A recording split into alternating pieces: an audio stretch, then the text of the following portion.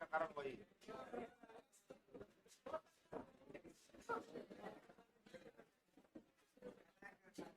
इसलिए वो आदमी को 10 बड़ा 10 वो आप लोगों के लिए और वो मेरे लिए 3 10 दंड किया जाता है। वो अपने लिए भी वो आदमी को कौन आदमी है हमको पता नहीं है। आप में से जो सबसे लेट दिन कई दिनों पर आया है?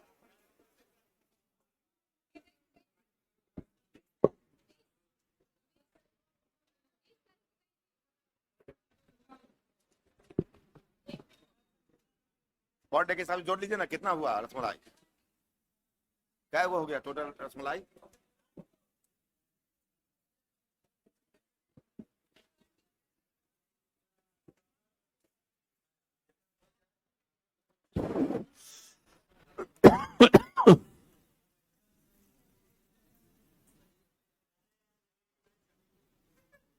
ICICI UTI।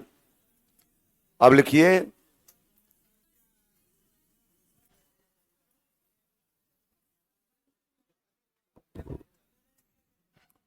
लिखिए वहां एक्जिम बैंक, इसको पूरा कीजिए पहले। एक्जिम बैंक EXIM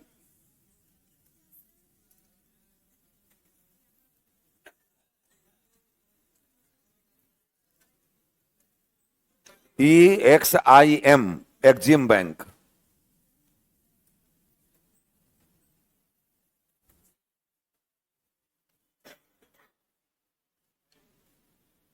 वहां नहीं, खाली जगह पर नहीं, यहां लिखिए एक्जिम बैंक EXIM।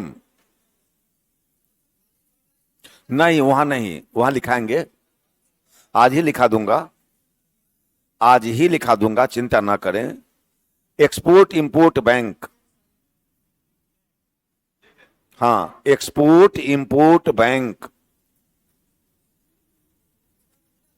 हाँ इसका पूरा नाम मतलब नहीं, एक्सपोर्ट इंपोर्ट बैंक। अय्या अय्या अय्या, कितना अच्छा लड़का है ये, कितना अच्छा लड़का है ये। देख इसको, सब सही जवाब दिया है। निर्यात आयात बैंक, इसकी स्थापना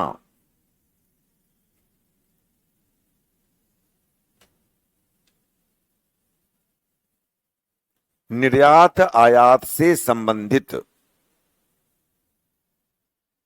इसकी स्थापना निर्यात आयात से संबंधित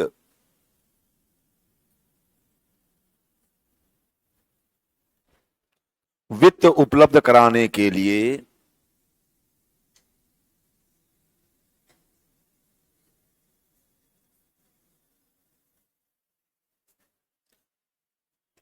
इसकी स्थापना निर्यात आयात से संबंधित वित्त वित्त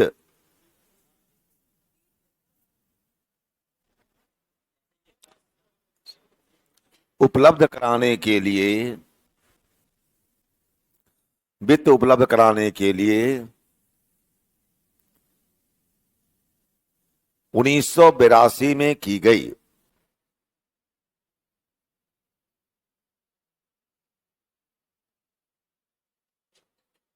यह भारत ही नहीं, यह भारत ही नहीं बल्कि तृतीय विश्व के देशों के लिए भी, यह भारत ही नहीं बल्कि तृतीय विश्व के देशों के लिए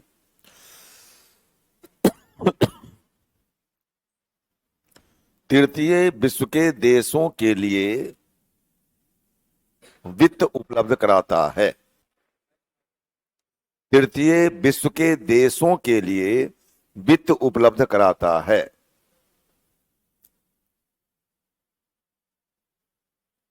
देखिए हमें आयात करना है, कितनी बार बता चुका हूं कि जब हम आयात करेंगे तो आयात का भुगतान हमें डॉलर में करना पड़ेगा, हमें विदेशी मुद्रा में करनी होगी।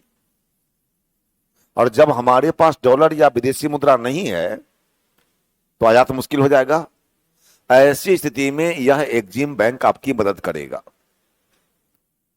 यह केवल भारत के लिए नहीं मदद करता है, बल्कि अल्पविकसित या विकासशील देशों को भी मदद करता है। तो अल्पविकसित या विकासशील देशों की जो मदद करता है उसी को कहा गया तृतीय विश्व का देश। अब लिखिए SIDBI, SIDBI, SIDBI,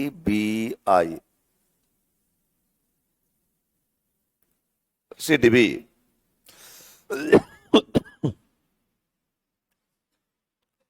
small industrial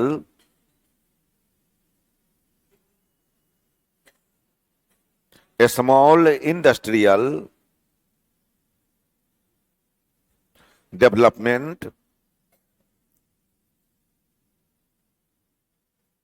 bank of India,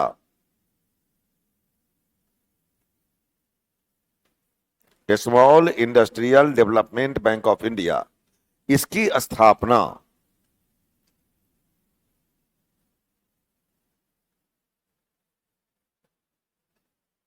IDBI की, इसकी स्थापना IDBI की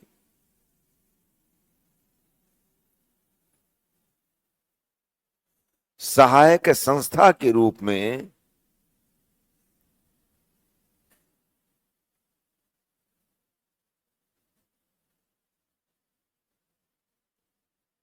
1990 में की गई। 1990 में की गई।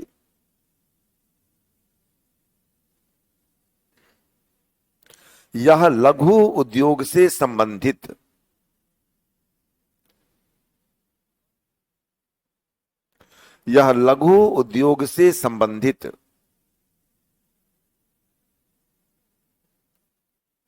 सर्वोच्च वित्तीय संस्था है।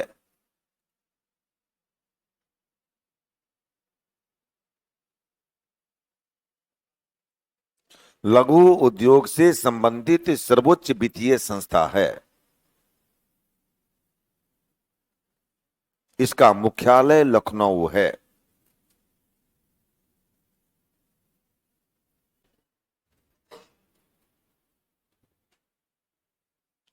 और एग्जिम बैंक का मुख्यालय मुंबई है। अभी जो एग्जिम बैंक का मुख्यालय लिखाए थे वो लखनऊ है। एग्जिम बैंक का कहां? मुंबई। सिडबी का लखनऊ। लघु उद्योग से संबंधित यह सर्वोच्च वित्तीय संस्था है। पहले लघु उद्योग, मध्यम उद्योग और बृहद उद्योग तीनों को लोन देने का काम यही करती थी इडबी। इसने अपनी सहायक संस्था के रूप में सिडबी की स्थापना 1990 में कर दी और इसे दे दिया कि लघु उद्योग से जो लोन देना है वो लघु उद्योग को लेन देने का काम तुम करो। अब लिखिए NHB,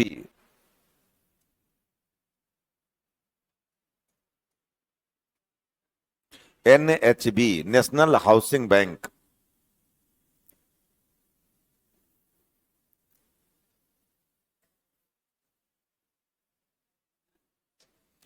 national housing bank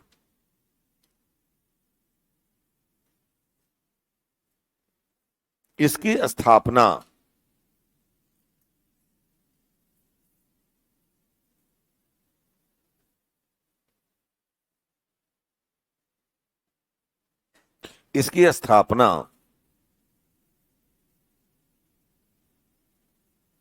RBI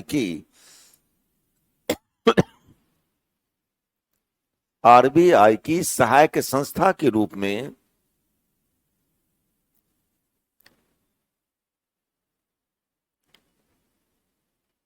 1990 में,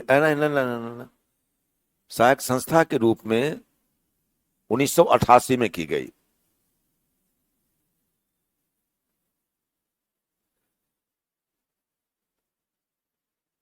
यह आवास लोन से संबंधित, यह आवास आवास लोन से संबंधित सर्वोच्च वित्तीय संस्था है।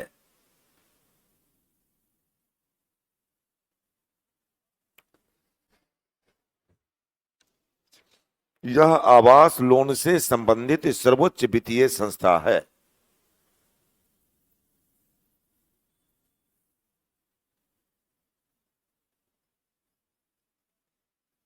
इससे संबंधित लोन को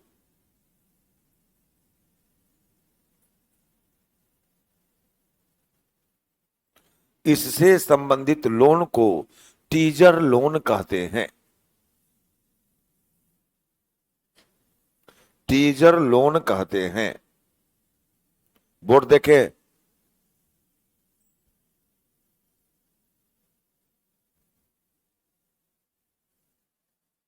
इससे संबंधित लोन को टीजर लोन कहते हैं।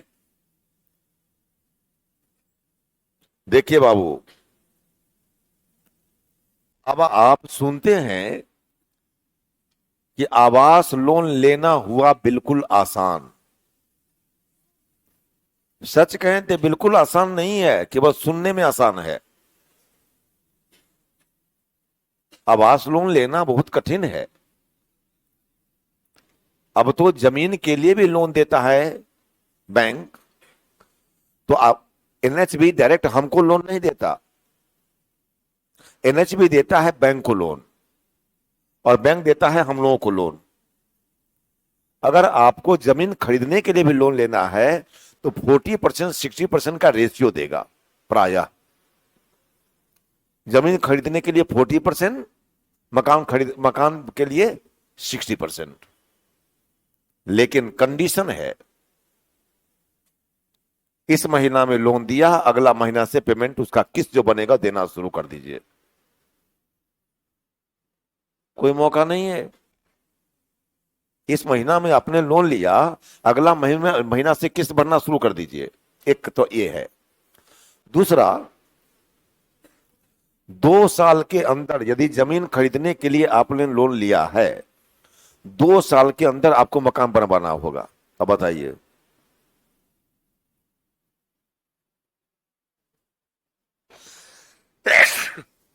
दो साल के अंदर मकान बनवाना होगा।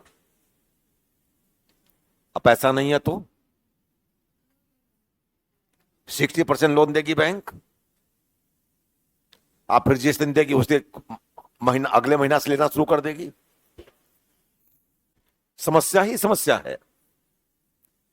ये टीचर लोन इसलिए कहा गया कि लोक लुभावन ऋण है। शुरू में ब्याज की दर कम होती है, तो एक कम इंटरेस्ट पर आप प्रभावित हो गए लोन लेने के लिए, और जब लोन ले लिए ब्याज की दर उसकी क्या हो जाएगी, सीधे बढ़ जाएगी। आगे वहां आइए, जहां जगह छुड़वाए थे,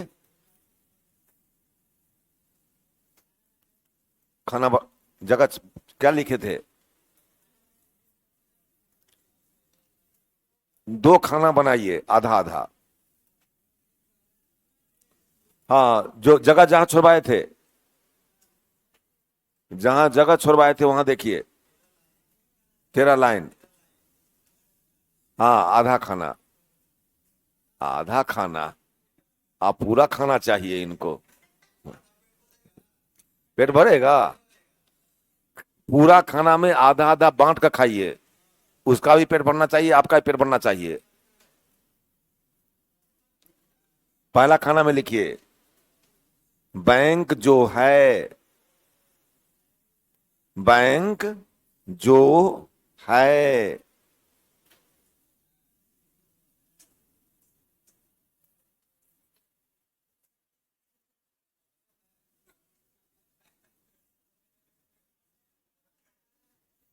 बैंक जो है।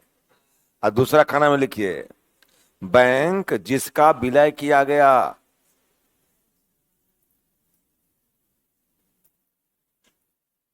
क्या फायदा है जहां तक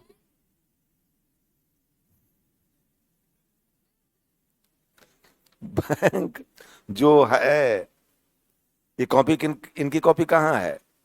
अच्छा, वो आप लिख रहे हैं इनकी कॉपी में। वाह वाह, इसको मित्र कहते हैं। असली मित्रता इसी को कहते हैं। मित्र हो तो ऐसा। वेरी गुड, बहुत अच्छा। लिखिए, उसी पर तब तक लिखिए। बैंक जो है, दूसरा, बैंक जिसका विलय किया गया है। आ, कैसे बोलता है? पहला खाना में लिखिए बैंक जो है, और दूसरा खाना में लिखिए बैंक जिसका विलय किया गया। लिख लिए? अच्छा, अब लिखिए केनरा बैंक। हाँ, एक नंबर डाल करके केनरा बैंक। केनरा केनरा, हाँ इधर। हाँ, इधर कहेंगे तो उधर लिखिएगा। इधर लिखिए, अब उधर। इधर क्या लिखे? केनरा बैंक। अब लिखिएगा उधर। उधर लिखिए syndicate bank. Syndicate bank. Syndicate. Syndicate हो गया। मतलब क्या? केनरा बैंक में सिंडिकेट बैंक का विलय कर दिया गया। दूसरा लिखिए union bank of India. Union bank of India.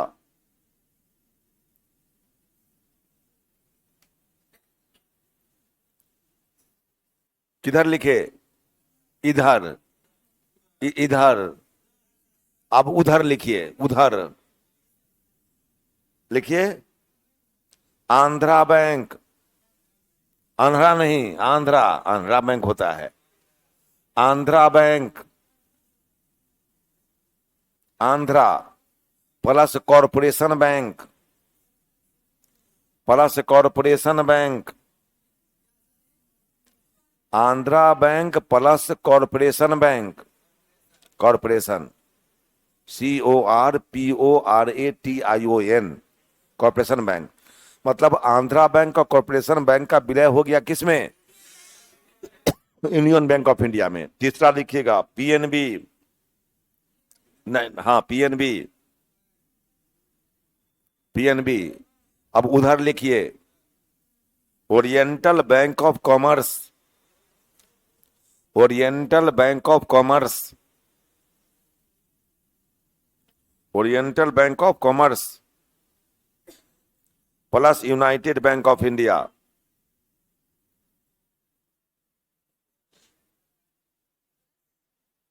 United bank of India.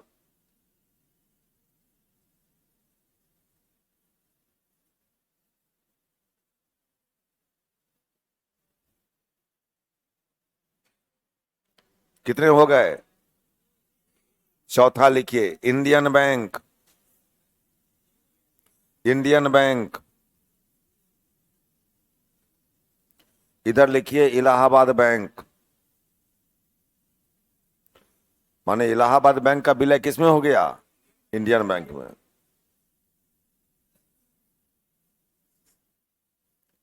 अब नीचे लिखिए उपर्युक्त बैंकों का विलय। पूरा वहां से वहां तक लिखिएगा, इसमें कोई लाइन नहीं, पूरा दीजिएगा। उपर्युक्त बैंकों का विलय 1 अप्रैल 2020 को किया गया। उपर्युक्त बैंकों का विलय 1 अप्रैल 2020 को किया गया।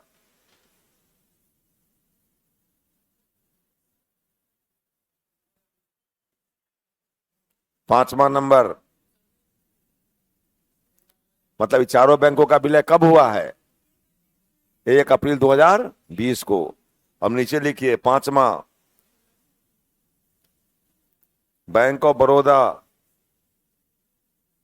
इधर लिखिएगा, इधर में बैंक ऑफ बड़ौदा। अब उधर लिखिए देना बैंक प्लस विजया बैंक। देना bank plus Vijaya bank. Vijaya नहीं, विजया। विजया कहता है। विजया, विजया नहीं, विजया बैंक है। Vijaya bank. VIJYA। Vijaya bank. 1 अप्रैल 2019 को विलय किया गया। हाँ यार, और किस में लिखिएगा था? 1 अप्रैल 2019 को विलय किया गया।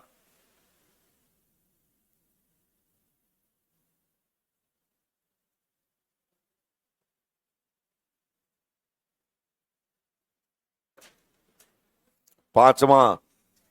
अच्छा छठा, सॉरी सॉरी, बड़ा जुल्म कर दिए हम बोल करके, बहुत बड़ा जुल्म हो गया। पांचवा बोला गया तो बहुत बड़ा जुल्म हो गया ये। हाँ, सॉरी।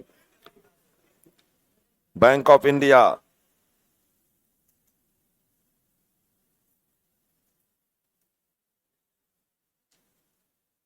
Bank of India. सातवां, बैंक ऑफ महाराष्ट्र।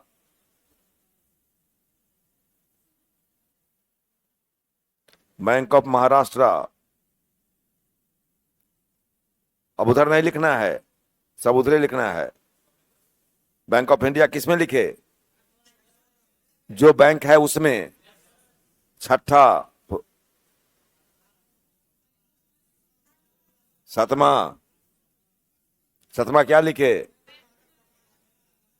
अब लिखिए नौमा। चलिए आठवां, बहुत बड़ा जुल्म है। बैंक ऑफ, नहीं नहीं नहीं, बैंक ऑफ महाराष्ट्र लिख लिए हैं। Central bank of India. आठवां।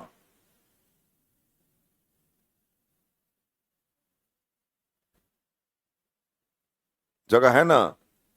अब क्या होगा? अब लिखिए नौमा, इंडियन ओवरसीज बैंक।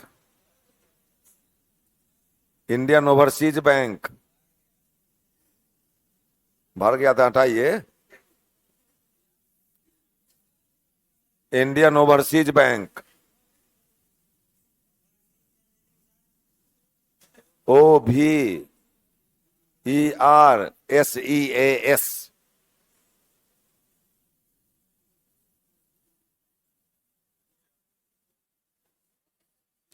कमा हो गया। अब 10वां लिखिए UCO bank. UCO, UCO, UCO मतलब तुमको नहीं, यूको बैंक। अब लिखिए कमा, Punjab and Sindh bank. Punjab and Sindh bank.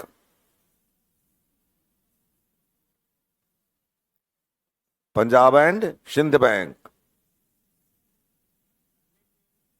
Punjab and Sindh bank लिख लिए। अब 12वां लिखिए SBI। छूचा नहीं, लास्ट है ये, किसी तरह हटाना है, नहीं तो पेज फाड़ करके फिर से लिखिए। SBI। इधर उधर लिखिएगा। अब SBI इधर हो गया, इस तरफ, उस तरफ। एसोसिएट बैंक प्लस भारतीय महिला बैंक उधर।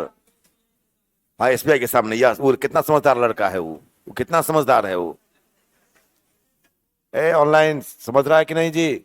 स्टेट बैंक इधर लिखना है और उधर लिखना है एसोसिएट बैंक प्लस भारतीय महिला बैंक। ऐसे SBI, इधर लिखना है एसोसिएट बैंक प्लस भारतीय महिला बैंक। इसका मतलब यदि क्वेश्चन पूछे कि सार्वजनिक क्षेत्र के बैंक कितने हैं तो क्या जवाब होगा? 12। चलिए अब वहां आइए, छोड़िए यहां अब। वाह वाह वाह वाह वाह वाह वाह, क्या बात है। अब अंडरस्टैंडिंग देखिए कितना अच्छा है लोग का। वाह।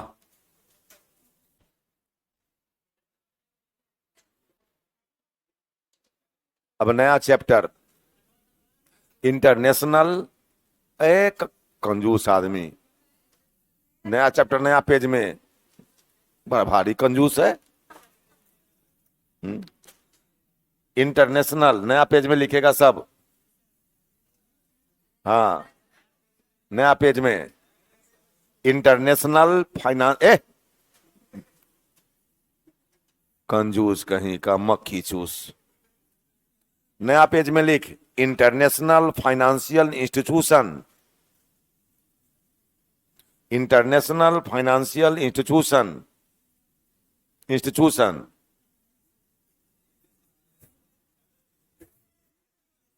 इंटरनेशनल फाइनेंशियल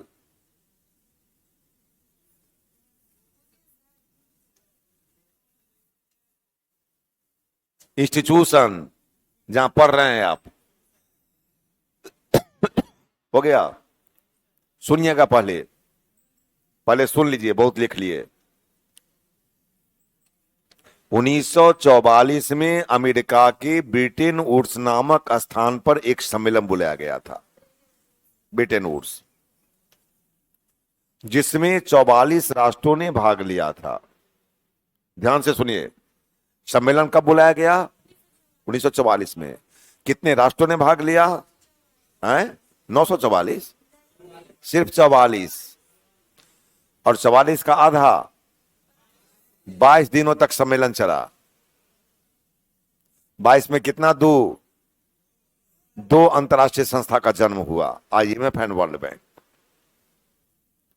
और उस समय केवल 30 देश ही सदस्य थे। आज के डेट में आईएमएफ के 190 देश सदस्य हैं और वर्ल्ड बैंक के 189 देश सदस्य हैं।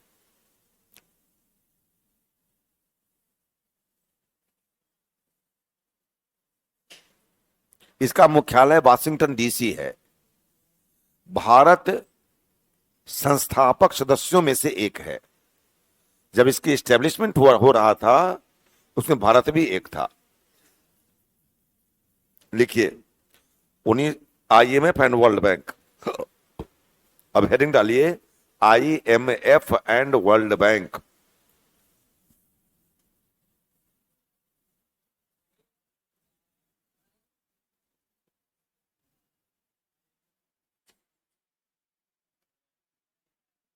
IMF and world bank.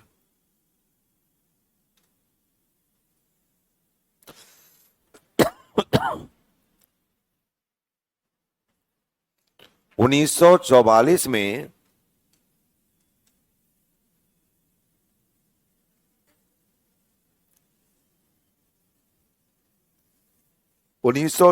में अमेरिका के ब्रिटेन वुड्स नामक स्थान पर 1944 में अमेरिका के ब्रिटेन वुड्स नामक स्थान पर WWODS, ब्रिटेन वुड्स स्थान का नाम है, एक सम्मेलन बुलाया गया। ब्रिटेन वुड्स नामक स्थान पर एक सम्मेलन बुलाया गया,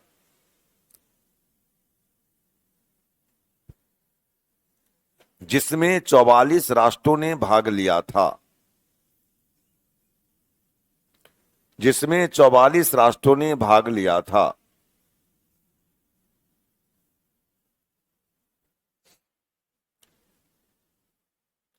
बाईस दिनों तक सम्मेलन चला।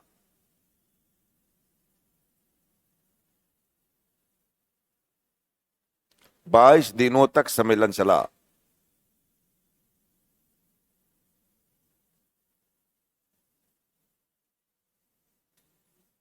बाईस दिनों तक सम्मेलन चला। सम्मेलन में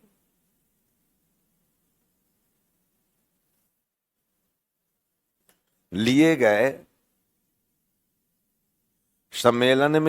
गए निर्णय के परिणाम स्वरूप, सम्मेलन में लिए गए निर्णय के परिणाम स्वरूप 27 दिसंबर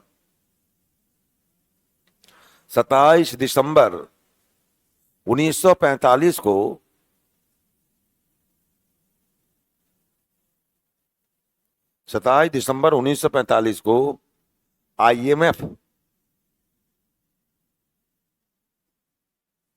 और वर्ल्ड बैंक की स्थापना की गई। आईएमएफ एंड वर्ल्ड बैंक की स्थापना की गई।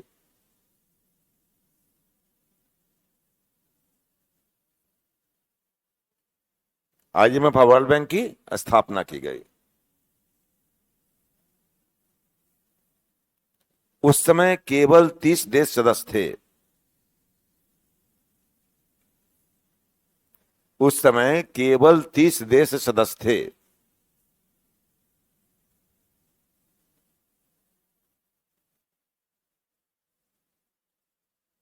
वर्तमान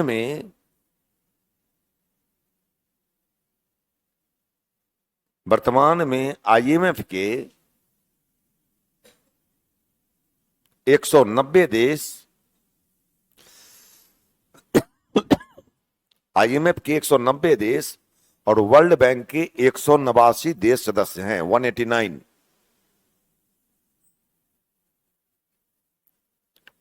वर्ल्ड बैंक के 189 देश सदस्य हैं।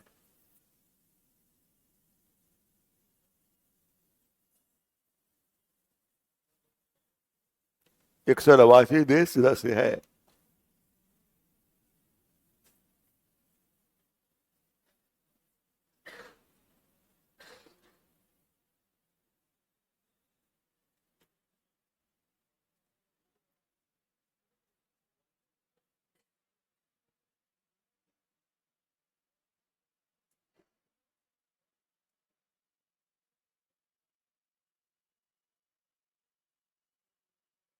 इसका मुख्यालय वाशिंगटन डीसी है।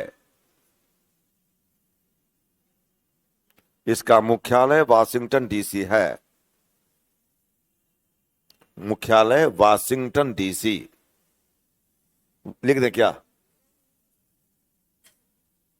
Washington DC. डीसी मतलब District of Columbia. Washington DC है। भारत संस्थापक सदस्यों में से एक है। भारत संस्थापक सदस्यों में से एक है।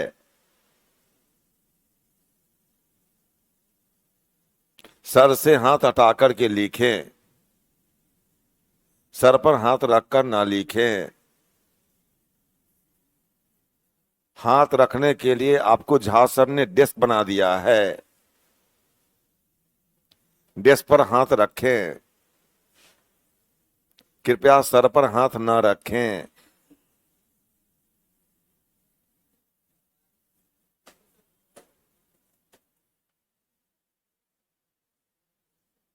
ऐसे भी हाथ ना रखें।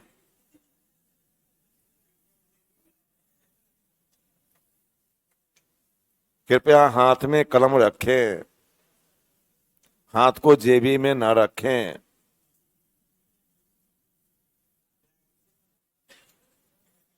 हाथ को ऐसे रखें, ये लोग की तरह।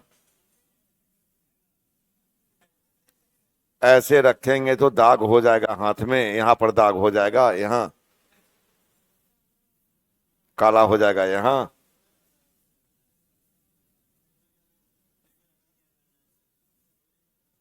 नहीं रखें। शर्ट को फुल पहन करके रखें।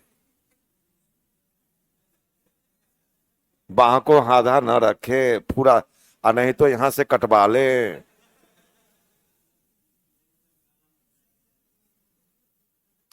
पूरे का पूरा शर्ट ये कौन स्टाइल है रे? स्टाइल देता है पूरा रख हाथ बांध करके, अच्छा रहेगा। अब जिसका हाफ है तो कहते बातें साफ है। बात ही ये देख कितना अच्छा स्मार्ट लगता है। अब देखता, ये देखिए यहाँ मारेंगे इतना मार के हम। हाथ पूरा रख, गर्मी का दिन है, हाथ जल जाएगा। धूप से जल जाता है हाथ, इसलिए हाथ को पूरा रखना चाहिए। इन लोगों को देखते हैं स्कूटी चलाती है ये लोग, देखो दस्ताना पहनती है यहां से लेकर यहां तक, यहां तक कपड़े रहता है और यहां से यहां दस्ताना। वो तो यहां तक बंद रहता है, यहां तक बंद रहता है, केवल आंख दिखती है। जब धूप पड़ेगी ना तो हम भी गमछा लेकर चलते हैं। हम भी गमछा लेकर चलते हैं। इसलिए कृपया इन सब बातों पर ध्यान दे, भविष्य इसी में है।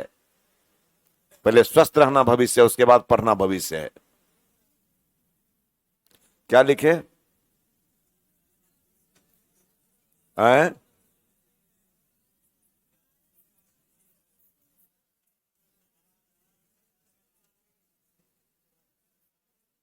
अब लिखिए आईएमएफ के उद्देश्य और कार्य। आईएमएफ के उद्देश्य और कार्य।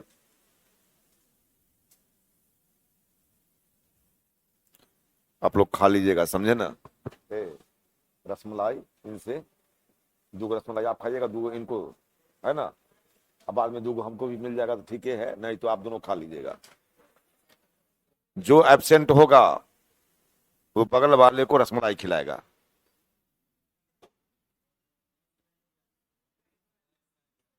नहीं सुनाई दिया? देखो सुनाइए नहीं दिया। उसका कहना है कि टॉफी तो मिलवे नहीं करेगा, रसमलाई क्या खाएंगे। वो नहीं आया होगा तो सुनाई कैसे देगा। आईएमएफ के उद्देश्य और कार्य। पहला, भाई बहुत लिखा दिए, बहुत बहुत समझा दिए, कुछ बात हो जानी चाहिए। ज्यादा लिखाने पढ़ाने से भी काम गड़बड़ हो जाता है, दिमाग ऊपर उससे जाने लगता है। कुछ एंटरटेन भी होना जरूरी है। खाली पढ़ाया जाए तो आप, इन लोगों का तो बाल बड़ा बड़ा है तो उजराएगा जहां तहां। आप लोगों को तो टच करते हुए, जैसे हमारा निकल गया इधर से, आप लोग का टच करते हुए निकल जाएगा, सब उड़ा देगा। हाँ,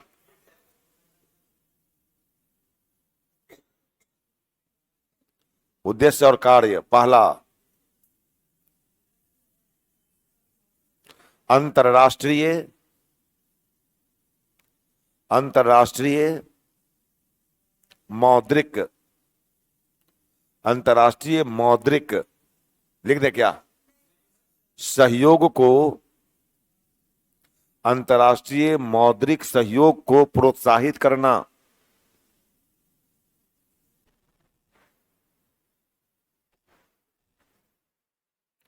दूसरा, अंतरराष्ट्रीय व्यापार को प्रोत्साहन देना।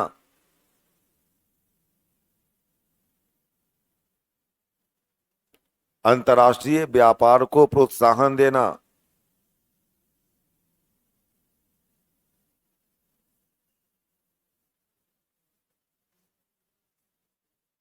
तीसरा,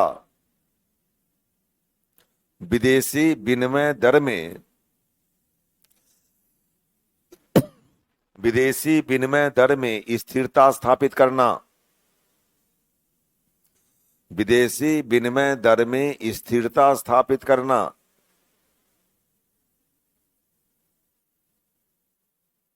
विदेशी विनिमय दर में स्थिरता स्थापित करना।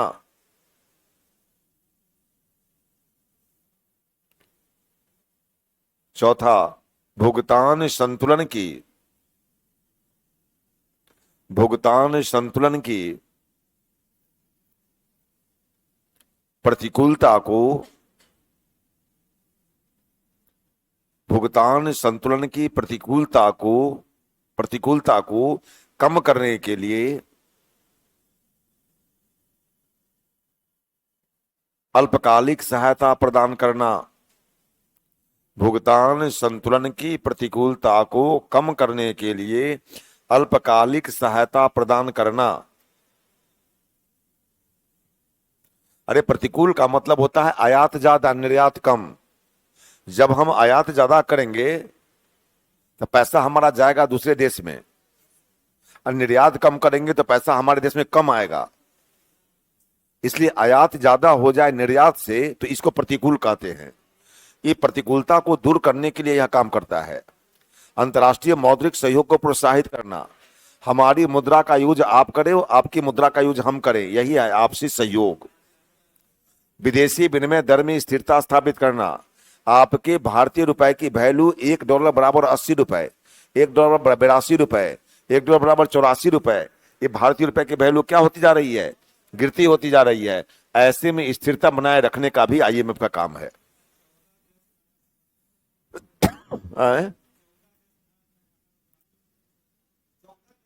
हाँ हाँ, व्यापार करना चाहता है भारतीय रुपए में। आईएमएफ ने इसको, आरबीआई ने इसकी स्वीकृति दे भी डाली है कि वह अपना व्यापार करे हमारे देश के, हमारे देश की मुद्रा में करेगा।